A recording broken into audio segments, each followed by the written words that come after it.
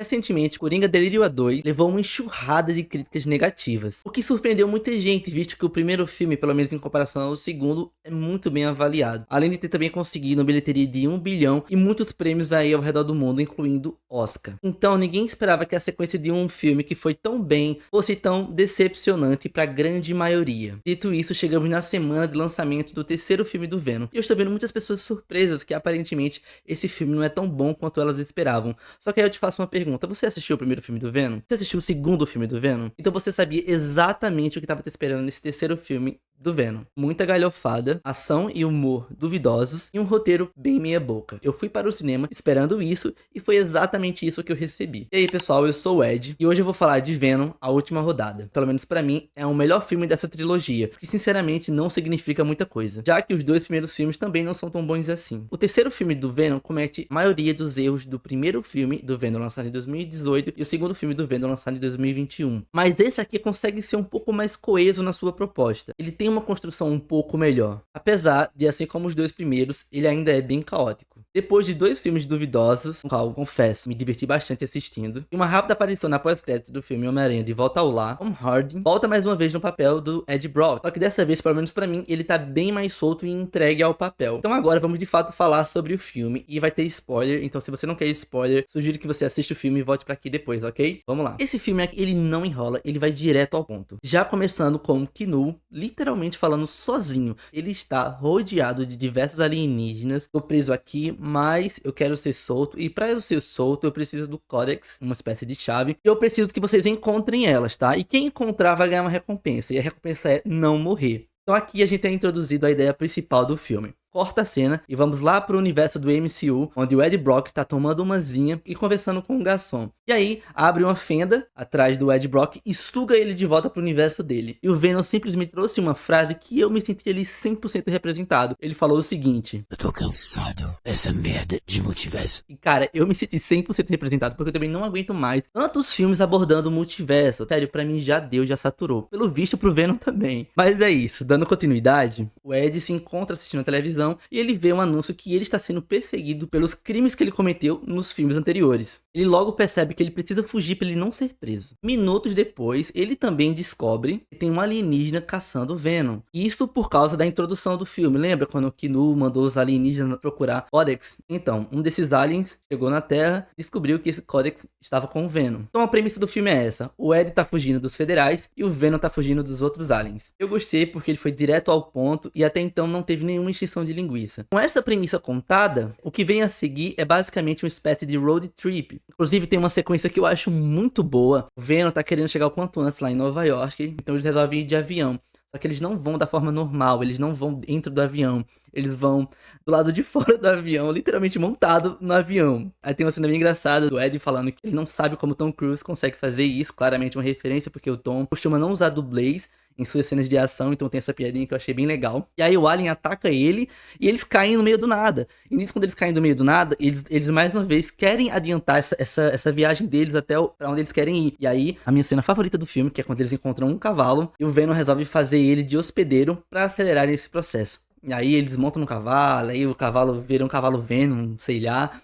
Desde o trailer eu tava muito empolgado pra essa cena, só que ela me decepcionou um pouquinho. Eu gostei muito dessa cena, só que eu achava que ela fosse um pouquinho maior do que ela foi, sabe? Basicamente eles correm ali um pouquinho e a cena acaba, sabe? Por algum motivo eu achava que essa cena seria um pouco mais empolgante, mas não tô reclamando, ainda assim eu gostei da cena. Um ponto positivo desse filme aqui é que, diferente dos anteriores, as cenas de ação são bem melhores. Mas por quê? Porque, primeiro, essas cenas são muito bem iluminadas. Geralmente elas ocorrem em ambientes muito abertos e no claro. Então você consegue ver o que tá acontecendo, você consegue entender o que tá acontecendo. Coisa que pra mim, pelo menos nos primeiros filmes, não era tão legal, porque a maioria dessas cenas eram no escuro, eram em ambientes fechados, então você não entendia nada que tava acontecendo. E outro ponto muito interessante também é que essa criatura monstruosa que tava atrás do Venom não era um simbionte. Pelo menos eu entendi que era uma outra espécie de alienígena. Então, quando tinha uma cena de ação entre os dois, eu sabia o que era o Venom e sabia o que era essa criatura. Então eu conseguia ver ver e também conseguir entender a cena de ação, que pra mim deixou a experiência ainda melhor. Falando um pouquinho dos primeiros filmes, pra mim, o primeiro, ele tem uma vibe de filmes de herói que a gente ia lá na época dos anos 2000, na época do Motoqueiro Fantasma, Blade, X-Men, enfim, essa galera. O primeiro filme, pra mim, traz muito essa vibe de filmes antigos. Ainda assim, eu consigo gostar dele. Pelo visto, o público também gostou, já que ele quase bateu os 900 milhões de bilheteria. Isso é surreal. Pra um filme que é considerado ruim, é surreal. O segundo filme, na minha opinião, foi muito inferior ao primeiro, que já não era grande coisa. Porque parecia que o filme não tinha bem uma história definida. Tudo muito jogado. Eles desperdiçaram totalmente o personagem do Carnificina. Então, pelo menos nesse terceiro filme, eles acertaram exatamente o tom que eles queriam. Que era uma aventura no estilo road trip, onde você via os personagens saindo de um ponto A para o ponto B. Também vemos esse objetivo sendo desenvolvido e concluído, o que é muito interessante. Então, ao contrário do segundo filme, nesse terceiro filme eu consegui ver a introdução, desenvolvimento do que foi introduzido e uma conclusão. Então, mesmo que seja uma introdução, um desenvolvimento e uma conclusão fraca, é mais interessante do que foi entregue no segundo filme. Agora vamos falar dos principais erros do filme, porque o que não vai faltar aqui é coincidência e conveniência para fazer a trama andar. Em várias cenas, os personagens tomam as decisões mais imbecis possíveis. Pior do que essas decisões são as soluções ainda mais imbecis, sabe? Eles se metem em umas roubadas e conseguem se safar livremente delas. Pra mim, a pior coisa desse filme são os personagens que estão em volta da trama do Ed e do Venom. Vamos começar aqui do núcleo militar. O militar responsável por caçar o Venom quer a todo custo se provar, mas fica por isso mesmo. Também temos uma loirinha que ela é cientista líder desse núcleo que estuda os simbiontes. Inicialmente ela é introduzida de uma forma interessante, já que o roteiro resolve introduzir um trauma que ela teve na sua infância, quando ele acabou perdendo seu irmão. Então, a partir do momento que acontece essa cena, você fica, putz, essa personagem é interessante, deve ter um papel significativo no filme. Só que acaba que ela não tem e fica por isso mesmo. Ela se torna uma cientista genérica de qualquer outro filme de super-herói. Também tem o núcleo de uma família, que acredito que foi uma referência ao filme Capitão Fantástico. Inclusive fica aqui a dica, tá? Assiste Capitão Fantástico, é um filme muito bom. Acredito que a utilidade dessa família na trama é criar um certo vínculo do Venom com os humanos. E até funciona, sabe? É até legal ver essa interação do Venom com a família, mas se você tirar essa família do filme, não muda nada. Também temos alguns personagens que voltaram do primeiro filme, como por exemplo a moça que estava na lojinha. Aqui ela tem uma cena bem legal dançando com o Venom. E se cortar também não muda nada. Pra mim, um personagem que teve seu potencial desperdiçado foi o Kinu. Eu entendo que a introdução dele nesse filme seja mais uma espécie de amostra grátis do que possivelmente está por vir nesse universo da Sony.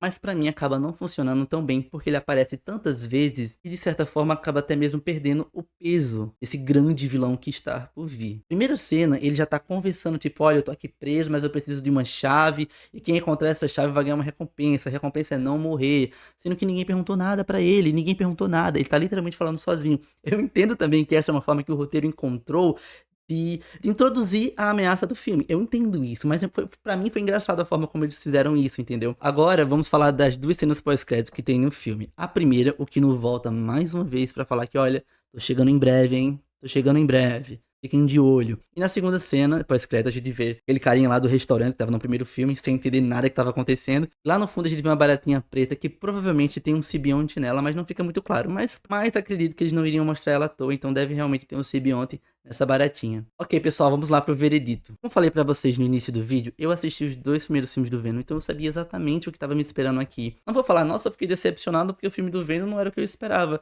Poxa, eu vi o primeiro filme, eu vi o segundo filme. A equipe desse terceiro filme é basicamente a mesma dos filmes anteriores. Então por que eu ia esperar algo além do que já me foi entregue? Então eu fui ao cinema sabendo exatamente o que eu ia assistir, sabendo exatamente o que me esperava. Foi exatamente isso que eu recebi.